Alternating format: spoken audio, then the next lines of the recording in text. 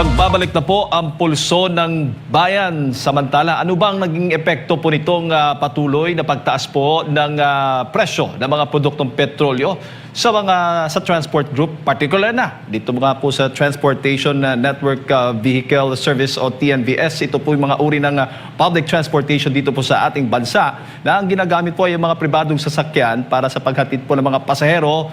Gamit po ay yung mobile application, kinyo pong maalala. Kaya ngayong umaga, may makakasama po tayo live dito po sa studio, ang driver-operator ng TNVS Coalition ng Philippines. Wala iba kundi si Ma'am Arlene Camarongan. Ma'am Arlene, good morning at welcome po dito sa program Pulso ng Bayan ng SMNI. Sir, good morning po sa mga nakikinig at sa mga nanonood. Yes, ma'am. Ano ho bang, kumusta po yung ating mga TNVS drivers, operators, hinggil nga po dito, kaugnay nga dito sa pagtaas po ng presyo ng langis? May panibago na naman tayong pagtaas, kaninang madaling araw, alas 6 ng umaga. So, ramdam na natin yung sinasabi talaga natin, naghihingalo na yung ating transport sector. Hindi lamang sa TNVS, kundi sa lahat ng sektor ng transportasyon, lalo na po yung mga transport na gumagamit ng diesel. Paano ho ba yung mga adjustment na ginagawa po ninyo? Actually, sir, yung mga adjustment is, ang tinatamaan po sa amin is yung aming mga pangangailangan na kailangan naming ma-deliver sa aming mga pamilya. Doon na kami nag-a-adjust. Kasi wala na po kami mapagkuhanan kung saan namin siya huhugutin yung PC para maipang tustos doon sa pagbili ng krudo. Dahil kung hindi naman kami makabili ng krudo, hindi rin naman kami makakabiyahe. Gaano na ba kalaki yung kinikita ngayon ng mga drivers? Actually, sir, natapyas na talaga to ng 70 to 80% from the total revenue nila. Sabihin na natin, if nagda-drive sila for 15, 16 hours, ang pag isusuma total natin, ito ay parang kinita lamang ng isang minimum wager or even less. Or even less na nagtatrabaho ng 9 hours. So, doble yung paggawa, pero yung kinita, kinulang na talaga. Mas dumami ho ba yung mga pasahero o mas kumonte ngayon na may krisis po tayo? So, ito yung sinasabi natin na very contradicting sa gobyerno. Imbis na makatulong sa amin yung mga pasahero para magkaroon tayo ng mas medyo, sabihin nating sustainable, dahil nga may krisis tayo, nag-work from home ang karamihan sa atin dahil ito ay naging mandato ng gobyerno. And ngayon, ang nakikita natin is very contradicting din yung sinasabi natin na meron na or pwede na magkaroon ng sharing, diba? Yung sinasabi ng LTFRB na pwede nang kumbaga, nililegalize na natin or ninonormalize na natin yung sinasabi natin, pwede na pala mag-colorum. Kumbaga, kung magkakapit-bahay tayo, mag-chip in lang tayo sa pamasahe or sa panggasolina, then pwede na tayong tumakbo. Meron ho bang mga kasamahan po ninyo, ma'am, na tumigil na sa pamamasada? Marami, sir. Marami na pong tumigil at marami na rin pong nag-surrender ng ating mga units. Actually, ito po yung panawagan natin sa gobyerno. Sinasabi natin, the symmetry of sacrifice, Kasi kung pinutol ng gobyerno or finreeze ng gobyerno yung tanging lifeline namin para magpatuloy, sana finreeze din nila yung mga bangkong naniningil sa amin. Kasi yung sacrifices ng tinigil nyo yung aming linya para mabuhay, pero yung sumisip-sip ng buhay namin, which is ang mga bangko at ang mga gasoline station, hindi naman nahinto. Diba? So talagang makikita nyo ang TNVS community or ang transport sector talagang naghihingalo na, kumbaga, pahuli-huling hininga na ito. So, ideya lang, para sa mga kababayan natin, bukod sa langis o ng produktong petrolyo, isa pa sa mga gastusin yung maintenance ng mga sasakyan. At the same time, yung boundary, meron ba? Mga ganun? Meron, sir. So, let's put it this way, yung langis na kinukonsumo natin is para makatakbo tayo. And then yung sinasabi po natin na nagbabayad din tayo ng tax sa ating BIR. Kasi kada isang sakay po natin, ito po ay may kaukulang taxes dahil ito po ay isang income. And meron din po tayong mga maintenance ng ating sasakyan, which is tumataas din po dahil based din po sa LTFRB na suspension, pati po yung pagtaas po nung langis at least po ng mga paggawa nung sa maintenance, at least na-freeze po nila yon. Yon kaya pa naming itawid pa, no? And then, yung sinasabi nating boundary or para po sa aming mga operator is yung bank amortization. Opo, at may balak ho ba ang grupo na magtaas ng singil ng pamasahe? Ito po ay labag sa kautusan at labag po sa ating memorandums ng ating LTFRB at labag po ito sa prangkisa ng ating CPC, no, na hindi po tayo basta pwedeng magtaas ayon sa ating kagustuhan nang hindi po dumadaan sa masusing pag-aaral at sa pag-aproba po ng LTFRB. Ngayon po, nang sinuspinde ng LTFRB ang fare increase or fare adjustments po na hinahanap po natin, hindi po niya napigilan na ang mga pangangailangan po namin upang masustain ang transportasyon na to ay hindi na po talaga kinakaya. Pero kung sakali man, Ma'am Arlene, na hihiling kayo ng dagdag singil sa sa pamasahe, nasa magkano kaya yon? Actually, sir, ang hinihingi po namin initially is only 20 pesos. Pero ang ibinigay sa atin is 35. So yung 20, kung para po sa madla, maintindihan natin, yung 20 pesos po na yon ay base fare. So ibig sabihin po, fixed rate na po siya. Yung 15 pesos po na ibinigay na extra po sa atin is ito po yung fare na kung saan pick-up fare. Ito po yung 15 pesos na fixed price na pipick upin po kayo sa inyong pick-up points. So wala po tayong idinagdag na mas makakapagpasakit like per kilometer. Wala po siyang ganun. Opo. Bago ko ipasa kay partner Anmar, may tulong na ba, subsidy o ayuda na ibinigay ang gobyerno o maging ng mismong grupo ng TNVS Coalition Philippines tulong para doon sa mga apektadong driver, operator? Actually, sir, ito yung nagpapasalamat kami sa gobyerno dun sa ayuda na 5,000 pesos na sinasabi natin. At yung sinasabi ng LTFRB na magbibigay sila ng 1,500 fuel subsidy cards, no?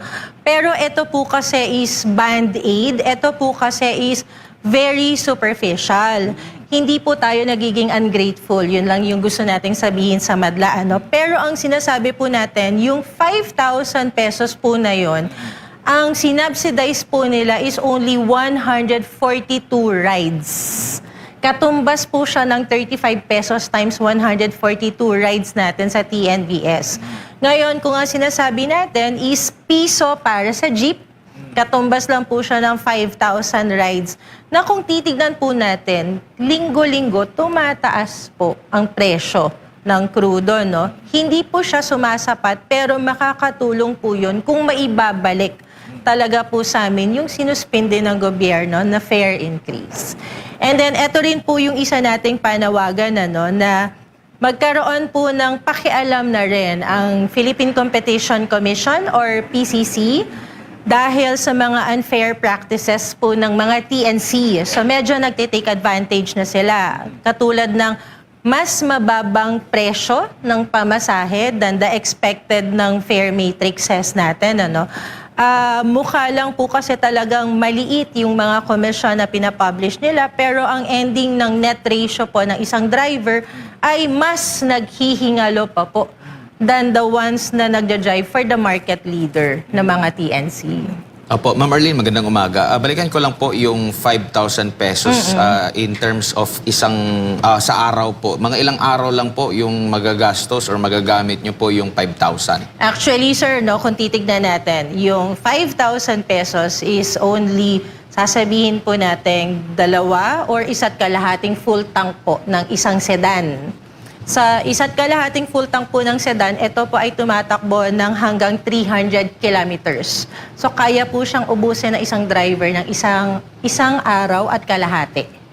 Pero kung i-convert po natin siya into another perspective, i-convert natin siya as subsidized na fare ng mga riders, 142 rides po yung na-subsidize nila. So 142. Kada isang araw ba nakakailan average yung bago pa man itong ngayon? crisis. Pero actually, may crisis na nga May crisis, last time, di ba? Kaya nga, matagal na yung hinihiling na fair increase hanggang sa naabutan po ng panibagong crisis. Pero usually po, yung regular na isang araw na biyahe, nakakailang rides po?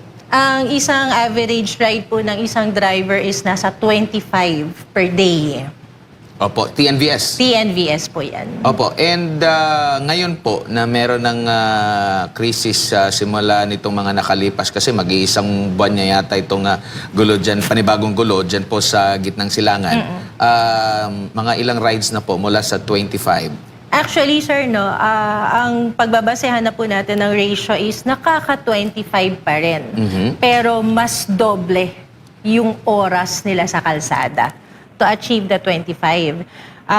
Maaring sabihin natin dapat mas mabilis kasi walang traffic, no? Pero ang totoo po niyan, nawalan po ng traffic, nawalan po ng pasahero, mas mahaba po ang oras at kilometrahe na ginugugol ng isang driver para gumapang at maghanap ng pasahero.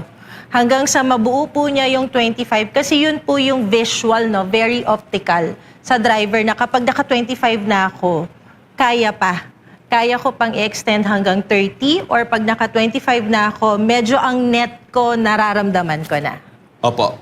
Kayo po, pag kumukuha kayo ng mga pasahero, doon lang talaga sa application. Pero umaabot na ba sa punto, ma'am, or may alam kayo na parang kagaya ng habal-habal na lang na nag-aalok na lang para lang makakuha agad-agad ng mga pasahero? Actually, sir, no, ito yung contradicting decision ng gobyerno natin ngayon. Kasi ang sinasabi natin is, pwede na palang mag-share the ride, diba? Like the community rides na kahit wala kang prangkisa. Kasi sa amin po, pinaghirapan namin ang pagkakaroon ng prangkisa.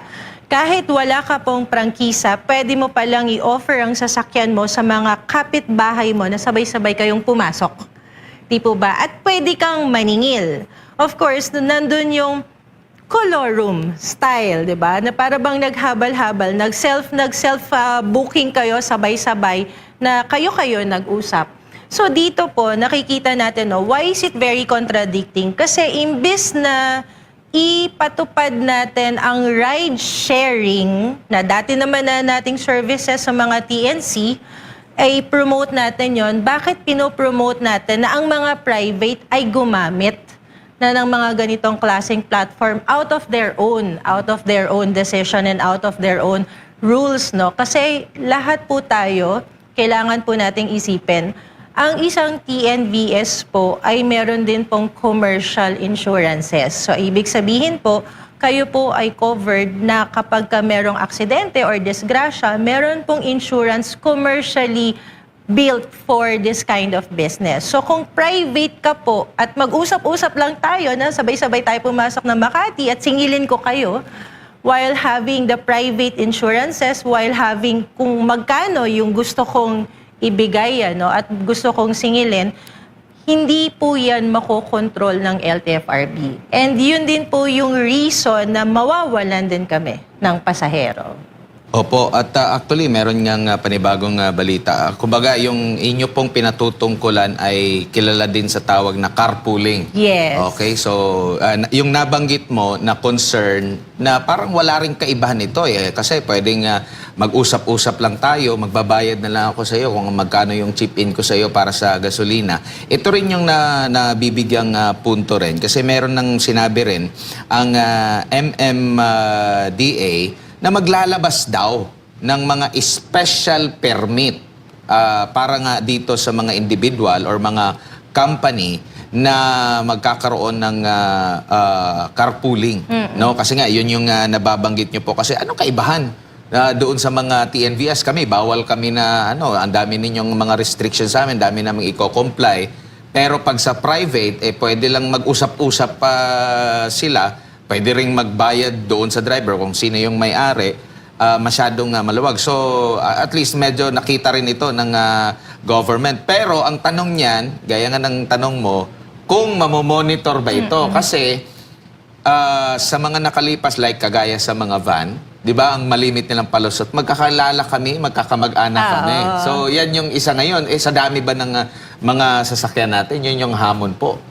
Diba? Yun yung pinakahamon doon. Kasi kung gaano kadami yung private vehicles na pwedeng mag-carpooling, hindi po ganon kadami ang mga enforcement agencies natin and enforcement people to check on this. And then, syempre po, ang tinitignan po natin, kami po as TNVS, nakasalalay po kasi sa amin yung safety, no? So, at most, ayaw natin ng mga overloading, ayaw natin ng mga untoward, unlikely incidents na nangyayari inside sa sasakyan. Yung insurance po ba sa private tsaka yung sa mga public transport like TNVS, magkaiba? Magkaiba po. Magkaiba po. We So, are ito yung using dapat malaman ng commercial. ating mga kababayan. Ano ba benefit? Halimbawa, kung sa TNVS sila sumakay compare sa isang private vehicle dahil nag-carpool sila. Okay. So, kung makikita nyo po yung mga insurances nyo po, out of the private insurances ng comprehensive po yan, ano, kayo po ay sinasabi na private at hindi po dapat pinagkakaloob ang inyong services bilang as public transport. Pag sinabi po natin na ang commercial comprehensive insurances po, ito po ay dahil meron po tayong mga kaakibat na prangkisa and guidelines for this. So kung ang isang private po ay kung sakasakali maaksidente or ma-involve sa isang accident at nalaman ng isang insurance company na ito ay ipinagamit niya bilang public, no, dahil naningil ka ng bayad, maaari pong hindi kayo i-cover ng inyong mga insurances. Opo, dito naman tayo sa usapin po ng maintenance, ma'am. Kamusta naman po? Kasi basanin yung sa maintenance naman po. Though, mga bago bang klase ng mga sasakyan sa mga TNVS? Unlike sa mga taxi kasi, matagal na yung mga taxi, itong mga TNVS. Medyo may katagalan na rin ang TNVS sa ating bansa. Pero kung ikukumpara mo sa mga matagal na sa taxi, di hamak na mas matanda yung mga nasa taxi compare sa TNVS. Pero ganito po, sa maintenance naman po natin, gaano naman po kalaki yung perwisyo din dyan sa mga driver o sa mga operator? Actually, sir, sa maintenance natin, no, kung iisipin nyo, karamihan po sa atin is maintenance and go. Ibig sabihin po, nakasalalay kami sa mga third-party companies na nag-o-offer po ng mga maintenances. So kung tumataas din po yung crudo, tumataas din po yung kanilang mga raw materials na ginagamit para sa pag-maintain po ng mga sasakyan. Yung mga iba po na nakasanayan na lang po nila na ang pag-change oil is sa kanilang mga bahay na lang po nila ginagawa. So para makatipid po kahit kaunti. Dahil yung kaunting pagtitipid na po na yon ay ilalagay po nila yon sa pagbili ng gasolina or ng crudo, no? Pero ang sinasabi po kasi natin, ang TNVS sasakyan po ay tumatagal lang po ng 7 years. After 7 years po, mandato po kami ng aming prangkisa na palitan ang aming sasakyan. Hindi po katulad ng jeep, hindi po katulad ng mga bus, at hindi po katulad ng mga taxi na as long as tumatakbo at roadworthy siya at ito po ay nairerehistro sa LTO, ito po ay pwede pang gamitin. So kung titignan po natin yung ratio or yung symmetry po ng lahat ng ginastos natin sa pagme-maintenance ng ating sasakyan para magkaroon po ng 7 years lifeline, ano? And maibenta din natin siya sa market. Kailangan po talagang maalagaan siya. And of course, pag sinabi po kasi natin TNVS, premium services. Nagbabayad po tayo para sa premium service, premium cars, and comfortability ng ating mga pasahero. So they are expecting more than a jeep, they are expecting more than a bus, they're expecting more than a regular taxi. So ba, masyadong maikli lang pala po, Mama Arlene? 7 years 7 lang, years. tapos kakainin pa ng mga krisis. Nakakabawi ba? Halimbawa, kayo po, driver-operator po kayo. Isang unit lang po ba ang meron kayo, ma'am? Actually, sir, no, meron din tayong multiple units. Kung sasabihin po natin nakakabawi, nababawi lang po natin yung pambayad ng sasakyan. Kung meron man pong kinita, yung kita po na yon is kailangan pa rin po lahat i-declare po yon under the BIR taxes po natin. So nagbabayad din po kami ng tax. So kung susumain po natin, etong klase po ng business na to, kung hindi po napakarami ng iyong sasakyan or nagkakaroon ka talaga ng fleet, hindi mo rin po talaga siya mararamdaman. Ang nagiging kaibahan lang po kasi natin is sa aming mga operator, ibang perspective. binibuild natin yung credit line ng ating pangalan, no? Binibuild natin yon para kung meron man tayong itatayong mga businesses, pwede tayong pagkatiwalaan ng mga bangko. Yun na lang yung talagang sobrang plus sa amin. Opo. Speaking of meron na mapagkakatiwalaan kayo ng bangko, marami na ba sa TNVS sector na naglipat na sa hybrid or e-vehicle? Opo. Marami pong nag-umpisa na hybrid and EV ang kanilang ginamit. Ano? Pero ito nga po yung isang hiccup ng ating gobyerno. Kung sakasakali po na meron kaming mga 1.5 to 2 million na pera, pwede naming ibili yon po ng hybrid and EV at palitan po yung mga ICE na vehicles natin. Pero ang problema po kasi natin, ilang taon bago po mag-declare o bago po mag-decide si LTFRB ng drop and substitute po from our franchise. So meaning po, yung luma mong sasakyan, papalitan ng bago. Hindi po tayo pwedeng basta mag-apply ng drop and substitute kung wala po yung physical car na ino-offer nyo na po sa kanila or pine-present nyo po sa kanila. So, doble dago ka, no? Kahit ako po na naka-ICE at meron pong ganong pera, at kung mapapaisip po ko, papalitan ko po ba ito ng EV or papalitan ko ba ito ng hybrid? Ngayon, pag bumili ako ng hybrid, ilang buwan or ilang taon bago mag-decide si LTFRB na okay, sige, palit na natin yung hybrid mo, pakawala na natin yung ICE mo. So, lumalabas dun yung check and balance, no, na ano ang magiging desisyon ko bilang isang operator? Ito ba ay makakadagdag solusyon? Makakagaan ba ng buhay namin? Or mas lalong naglabas ako ng isang problema para ipukpok sa ulo ko? So, kung meron man tayong ganong pera, ito yung pananaw namin bilang driver operator, yung kung meron kang ganong kalaking pera at i-ratio mo yon sa laki ng gas consumption or fuel consumption, tatagal ka rin ng 3 taon sa business na to. Baka bago pa mag-3 taon, tapos na yung gera, diba? So, hindi namin siya nakikita as economically na magpapalit at 100%, not unless pumasok ka po sa industriyang ito na iyon na ang bit-bit mong sasakyan. Opo, sa ibang bansa po ma'am, kung dito ay 7 years lang, meron ba kayong kung dapat ba yung ideal na kasi parang same lang din naman, kagaya sa nabanggit nyo po, jeep, sa taxi, sinasakyan din naman na ito, either kung hindi ka makabook agad sa TNVS, minsan sa taxi ka rin na sumasakay. Ano po yung ideal talaga na years na dapat itagal ng mga sasakyan? Ipantay na lang ba? Sa ibang bansa, meron ka ba monitoring kung hanggang ilang taon ba yung isang sasakyan?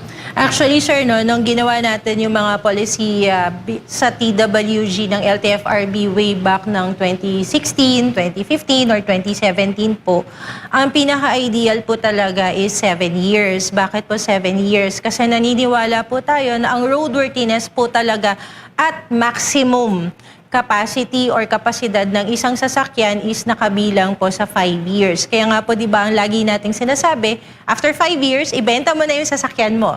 Kasi yun yung may mataas pang value. So, ang tinitignan po natin doon is value.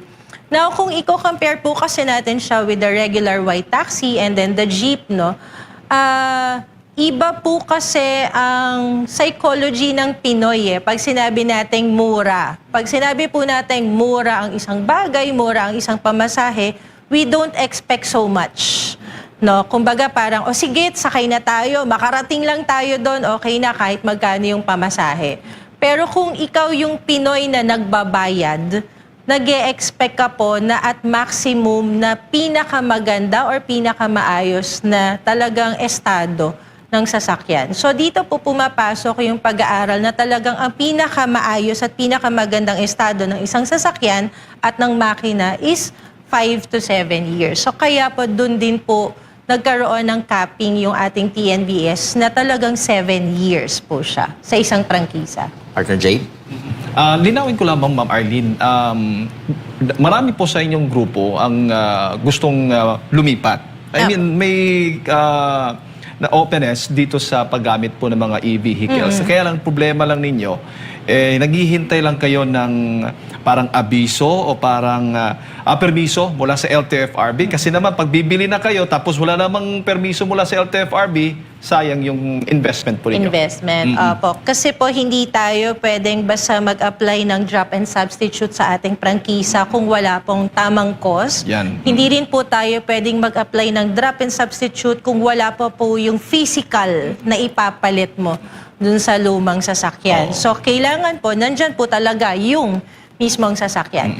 And hindi rin po kasi na ito maia-address yung dato ng tinatry na nating i-reduce and i-modernize lahat. Pero paano po yung mga ICE vehicles namin? Saan natin itatapon? Opo. Hindi ba? Opo, pero may effort na bang ginawa ang grupo po ninyo na parang hilingin sa LTFRB na may plano yung grupo na lumipat na sa electric vehicles? Actually, sir, ito po ay pinag-iisipan pero ang sinasabi po natin na talagang hakbang ay wala pa po dahil according sa EVIDA law, hindi naman po talaga siya nasusunod at 100%. Like for example, yung mga number of EV natin existing na sa ating kalsada, hindi rin po siya nagmamatch sa number of charging stations na meron tayo. Kung meron man po tayong mga available hybrids, ito po ay masyado pong mahal para sa mga fares na ino-offer natin na pwede pong i-cater po talaga ng sedan. Kumbaga po, yung value ng isang 2 million na sasakyan, tapos ang iyong fare is 100 pesos, so hindi siya at ratio, hindi siya equal. So, kung kayang itaas ang fare or kaya nating mag-increase or mag-adjust, baka maaari nating i-consider. Pero hindi po tayo gagamit ng isang 1.5 to 2 million na sasakyan na pwede naman po talagang i-serve siya na isang 800,000 pesos na sasakyan. Ito po ay on a perspective ng value ng sasakyan. Ngayon, yung perspective ng dahil tayo ay nauubos dahil sa mga krudo, sa pagtataas ng krudo, yun din po kasi yung kino-consider natin na ilang taon ba magkakaroon ng pagdedesisyon ang board ng LTFRB para mapadali yung drop and substitute, which is wala po tayong nakikita doon na liwanag so far. Oo. Natanong ko lang kasi para ba sa inyo isang long-term solution po yung sagot itong e-vehicles para sa ating bansa, lalo na't may ganito, hindi natin alam yung crisis doon sa Middle East kung hanggang kailan matatapos yan. Ang sagot talaga ng EV and hybrid vehicles is long term. So kung naghahanap po tayo ng pinakamabilis na paraan para ma-alleviate yung nararamdaman natin ngayon, hindi po EV or hybrid vehicles na pagpapalit ang sagot. Dahil ito po ay may katumbas din na presyo, Ang hinahanap po nating sagot is yung sinasabi nating symmetry of sacrifices. Kung nagsakripisyo po, sinasakripisyo po ng driver communities na hindi po mag-fare increase dahil finreeze po ng gobyerno, bakit hindi po mapakiusapan ng gobyerno ang mga bangko na mag-freeze din ng loan monthly amortizations namin kahit 3 buwan para makaagwanta lang kami dun sa krisis, And then of course, ang tinitignan din natin nito, bakit hindi natin din ma-freeze ang pagtataas ng krudo. So, ibig sabihin po, kung di natin kayang i-freeze ang pagtataas ng krudo, wala pong konkretong plano o wala pong konkretong programa ang gobyerno natin para mapababa or mag-stabilize yung ating mga krudo. So, yun yung hinahanap natin so far, na hindi po natin siya nararamdaman at nakikita. Opo. Huli na lang, Ma'am Arlene, kung sakali mang aabot tayo sa 200 pesos,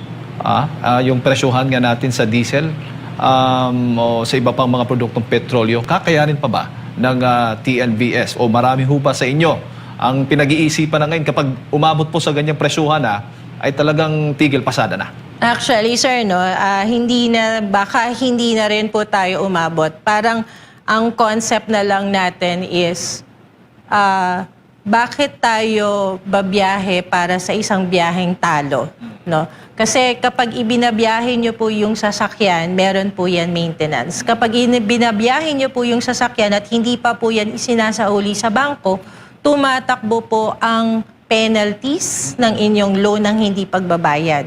So kung umabot po sa puntong 200 pesos, mananakay din po talaga yung sobrang maaapektuhan kapag lahat po kami naputulan na po ng PC. Karamihan po sa amin, hindi na po kakayanin yung 200 pesos. At kung makikita nyo po yung fares po na nakikita nyo ay hindi po 100% din na napupunta po yan sa mga drivers natin. Siyempre, may shared po yan ng taxes ng BIR, may shared po yan ng platform fees, and then may shared po yan ng maintenances and bank loan amortization and crudo. So kung tumatakbo po tayo sa isang barko at marami pong butas na yung barko, kahit ano pong takbo natin, kahit po may crudo pa tayo, pero kung marami ng butas at inilulubog na tayo, we would rather surrender yung battle na yon. Opo. Ma'am Arlene, huling mensahe po ninyo para sa ating mga kababayan na nanonood po, nakikinig sa mga oras na ito. Maraming salamat po doon sa suporta po ng ating mga kababayan sa ating transportation. At marami po kaming pasensya po ang hinihingi po sa inyo kung kayo po ay paminsan-minsan na nahihirapan na pong mag-book, nararamdaman nyo na po na talagang nako-compress na yung mga kahit yung pagsakay sa bus, pagsakay sa eroplano, lahat po compress na para makatipid lang po yung mga kumpanya ng transportation. Ang hinihingi po natin sa gobyerno is tanggalin nyo na po yung freeze ng ating fare increase or fare adjustments po. Kailangan na po natin yan. Yan po ay magiging lifeline natin, hindi man 100% pero makakatulong po yan. So, sunod po is yung ating excise tax. Sana po maipatupad na. Hindi na po natin kakayanin yung sinasabing April 13 to 15 or wala pang definite time kung kailan. And pangatlo po, hinihiling din po namin sa PCC na sa kalagitnaan po ng krisis na to, wala pong TNC ang magmamalabes sa bawat driver, sa bawat kita po ng mga driver. Kasi ang TNC competition po talagang ang nagiging default na nagsasuffer po dyan is mga drivers, yung mga operating drivers talagang araw-araw bumabakbak sa kalsada. At ang huling-hiling natin sa gobyerno, magpatupad na po tayo ng transport crisis. Aminin na po natin na may krisis hindi lang po sa enerhiya, kundi po sa transportasyon. Kung makikita po natin, malaking chunk na po yung nahihirapan din mga mananakay dahil marami na rin po ang huminto. Ngayon, paano po magfo-forward ang isang bansa kung ang tanging transportasyon para mag-forward is the actual transportation na meron po tayo?